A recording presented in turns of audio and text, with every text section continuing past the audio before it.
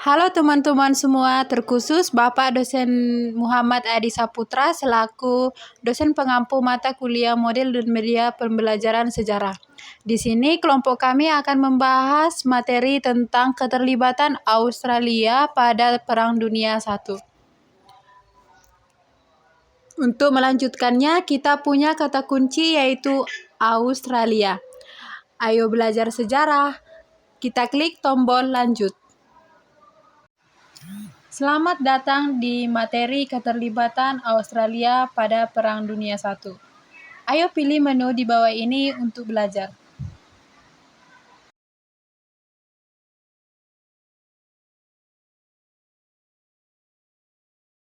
Sebelum memasuki materi kita pada kali ini, kelompok 4 akan memperkenalkan anggota kelompoknya. Yang pertama, Lela Yulia Arjuna dengan NIM A1A220055. Yang kedua, Dwitara OR dengan NIM A1A222010.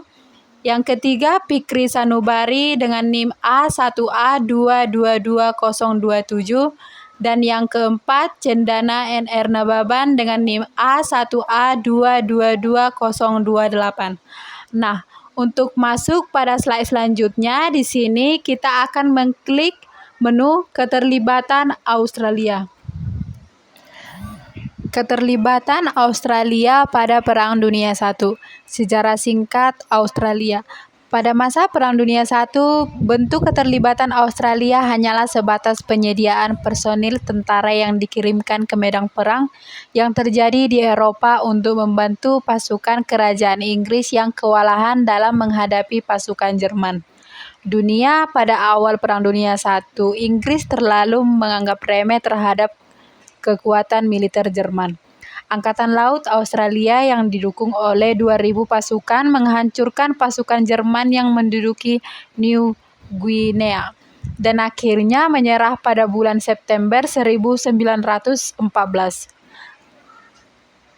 Ketika Angkatan Laut Australia mengetahui ada kapal perang Jerman dengan nama Emden yang berada di sekitar Pulau Cocos di Sumatera, India, maka kapal perang Australia bernama Sydney segera mengejarnya dan terjadilah pertempuran laut.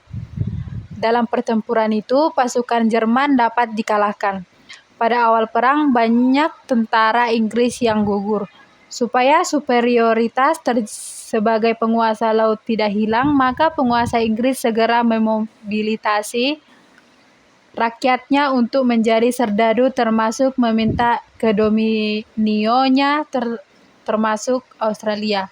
Dan Australia menyumbang 400 tentara yang dikirim ke medan di Timur Tengah dan Eropa untuk mendukung pasukan Inggris dan sekutu-sekutunya melawan Jerman, Austria, dan Turki.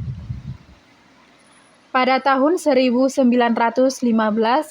pasukan Inggris memutuskan untuk menguasai Selat Dardanella untuk membantu pasukan Rusia yang kewalahan menghadapi pasukan Jerman dan Turki. Pasukan gabungan Australia dan New Zealand dengan sebutan ANZES atau Australia and New Zealand bersama dengan pasukan Inggris dan Prancis mendarat di semenanjung Gallipoli, dan kemudian pasukan ini ditarik ke Mesir untuk mengamankan terusan Suez. Dan akhirnya Perang Dunia I diakhiri dengan Perjanjian Versailles 1918. Selanjutnya, faktor-faktor keterlibatan Australia pada Perang Dunia I. Yang pertama, faktor politik. Pada saat Perang Dunia I, secara politis Australia masih bergantung pada Inggris. Segala sesuatu yang berhubungan dengan masalah hubungan internasional masih diatur oleh Inggris. Karena secara politik Australia pada saat Perang Dunia I belum memiliki Departemen Luar Negeri. Baru pada tahun 1935 Australia mendirikan Departemen Luar Negerinya. Akan tetapi segala kebijakan yang diambil harus dikonsultasi dengan pemerintah Inggris. Pada saat Perang Dunia I meletus di benua Eropa dan melibatkan negara Inggris, maka mau tidak mau Australia secara politik memberikan dukungan sepenuhnya kepada Inggris sebagai bentuk loyalitas kepada negeri induk. Faktor yang kedua, faktor sejarah dan kultur. Orang-orang Australia dari segi historis tidak dapat dipisahkan dengan negara Inggris, karena mereka kebanyakan berasal dari Inggris. Mereka walaupun sudah hidup di negeri seberang masih tetap mengakui dan menghormati Ratu Inggris sebagai junjungan mereka. Maka segala sesuatu yang mengancam eksistensi negara Inggris, maka penduduk Australia mempunyai ikatan emosional yang tinggi terhadap kelangsungan mahkota Inggris. Faktor yang ketiga, dari segi pertahanan dan keamanan Australia masih tergantung pada Angkatan Laut Kerajaan Inggris yang dikenal sebagai penguasa laut. Secara militer, peralatan pertahanan dan keamanan masih dijamin oleh Inggris pada saat Perang Dunia I. Dan ternyata pada permulaan Perang Angkatan Laut Kerajaan Inggris berhasil diporak-porandakan oleh militer Jerman yang sudah dipersiapkan lebih awal. Pemerintah Inggris meminta Dominion Australia untuk memobilisasi penduduknya untuk dijadikan serdadu membantu Inggris melawan Jerman dalam perang di Eropa. Materi selanjutnya ialah dampak positif keterlibatan Australia. Yang pertama, dalam bidang militer. Dalam bidang militer, dampak positif keterlibatan Australia yang pertama, Perang Dunia I menimbulkan dampak yang signifikan terhadap Australia, yaitu Australia mempunyai pengalaman dalam perang. Yang kedua, Australia sangat memperhatikan sistem pertahanan nasionalnya dari kemungkinan segala hal yang mengancam stabilitas negaranya. Hubungan Amerika Serikat dengan Australia tidak hanya sekedar muncul di atas kertas tetapi juga muncul di lapangan, dengan bukti membentuk Joint Declaration di mana Amerika Serikat dan Australia mengikat komitmen untuk bekerja sama dalam operasional militer internasionalnya. Hal ini berarti Australia tidak hanya bebas berlatih dengan perlengkapan militer terbaik di dunia, tetapi juga berpartisipasi dalam operasi-operasi pendamaian PBB pada masa perang, yang semuanya tentu saja dibiayai oleh Amerika Serikat. Hal ini mengangkat prestis Australia di mata dunia. Yang kedua, dalam bidang sosial. Dampak positif keterlibatan Australia yang pertama, mentalitas orang Australia sangat tinggi karena bangga memenangkan Perang Dunia I. Yang kedua, dari pengalaman ini muncul salah satu nilai Australia yang paling abadi, jiwa anjas, yaitu keberanian, semangat, dan mateship atau pertemanan.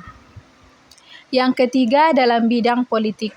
Dari keterlibatan Australia dalam Perang Dunia I dan perang ini mempunyai dampak yang sangat besar dan mempunyai arti yang lebih bagi perkembangan Australia. Australia mendapati hikmah dalam Perang Dunia I, yaitu Australia tidak sepenuhnya bisa bergantung pada Inggris, karena dalam Perang Dunia I, Amerika Serikat banyak menolong negeri kanguru ini, dan Australia menjadi sekutu dekat Amerika Serikat dan memainkan peranan yang cukup penting dalam peraturan politik internasional dewasa ini. Pada perkembangan selanjutnya, Australia sejak tahun 1935 telah memiliki Departemen Luar Negeri, dan dalam pencaturan politik internasional Australia menjadi diperhitungkan karena sebagai pihak yang menang dalam perang. Kini Australia menjadi sekutu yang loyal terhadap Amerika Serikat. Dalam konstitusi Australia mengadopsi sistem politik pemerintahan Amerika Serikat, yaitu adanya majelis tinggi atau senat dan majelis rendah, mengalokasikan kekuatan antara pemerintah negara bagian dan pemerintah federal, memiliki sebuah pengadilan tinggi yang dapat meninjau kekonstitusionalan perundang-undangan negara bagian dan federal. Materi selanjutnya yaitu dampak negatif keterlibatan Australia. Yang pertama dalam bidang militer. Ketergantungan Australia akan peralatan militer Amerika Serikat berarti bahwa Australia tidak bisa melaksanakan operasi militer terkecil pun tanpa bantuan perlengkapan dan logistik dari Amerika Serikat. Hal ini membuat Amerika Serikat mampu mendikte kepentingan militer Australia. Biaya pembelian teknologi militer Amerika Serikat yang semakin lama semakin tinggi akibat semakin turunnya nilai tukar dolar terhadap dolar Amerika Serikat berdampak negatif bagi interoperability Amerika Serikat-Australia. Kebijakan struktur militer Australia dapat diselewengkan untuk menjaga hubungan baik Amerika Serikat dengan Australia. Yang kedua adalah dalam bidang sosial. Berkurangnya jumlah penduduk pada tahun 1914, total populasi Australia kira-kira 4,5 juta dan oleh karena itu populasi pria mungkin sekali kurang dari 3 juta. Meskipun begitu, 4.017 pria Australia dengan sukarela bersedia bertempur dalam perang dan lebih dari 3.300 pria Australia sungguh-sungguh melakukannya. Sekitar 60.000 tewas dan lebih dari 152.000 terluka pada saat perang berakhir pada tahun 1918. Pengangguran meningkat dengan drastis pada tahun 1933, hampir sepertiga tenaga kerja menganggur dan pendapatan nasional menurun dengan tajam. Yang ketiga dalam bidang ekonomi. Pada masa Perang Dunia I ditandai oleh ketidakstabilan ekonomi, khususnya selama masa depresi ekonomi berat. Ketika banyak lembaga keuangan Australia gagal, turunnya harga wol dan gandum yang tajam atau ekspor utama Australia, penarikan modal Inggris dan jatuhnya harga barang ekspor lainnya sehingga memicu krisis keuangan yang hebat. Yang keempat dalam bidang politik. Antara Partai Buruh dan Partai Liberal terjadi pertentangan terhadap kebijakan yang diambil oleh penguasa yang akan mempengaruhi pemerintahan karena partai yang dikuasai bisa dikalahkan oleh partai oposisi. Akan tetapi, partai yang berkuasa justru akan semakin kuat posisinya. Hal ini sangat jelas ketika Perdana Menteri John Howard pada bulan Maret 2003 ikut bergabung dengan pasukan koalisi pimpinan Amerika Serikat untuk menyerang Irak dalam rangka menggulingkan Presiden Irak Saddam Hussein.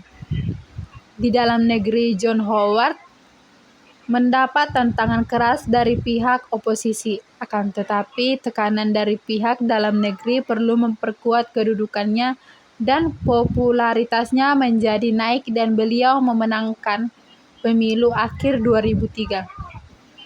Untuk periode kedua dalam masa jabatannya, dalam kebijakan politiknya, John Howard mendapat tekanan dari Amerika Serikat.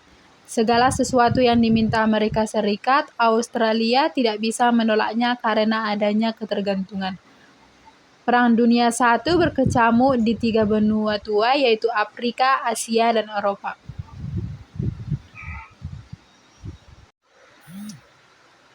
Dan yang terakhir adalah kesimpulan dari materi yang kita bahas.